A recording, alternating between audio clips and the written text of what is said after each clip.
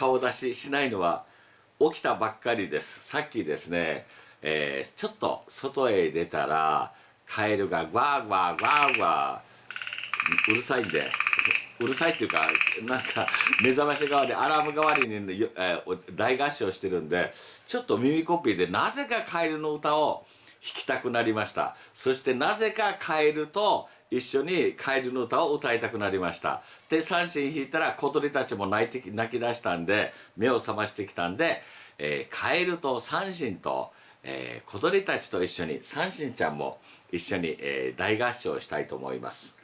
いきます。カエ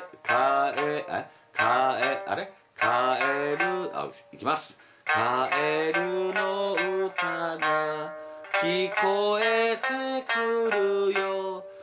わーわーわーわー、ゲロゲロゲロゲロわっわっわ。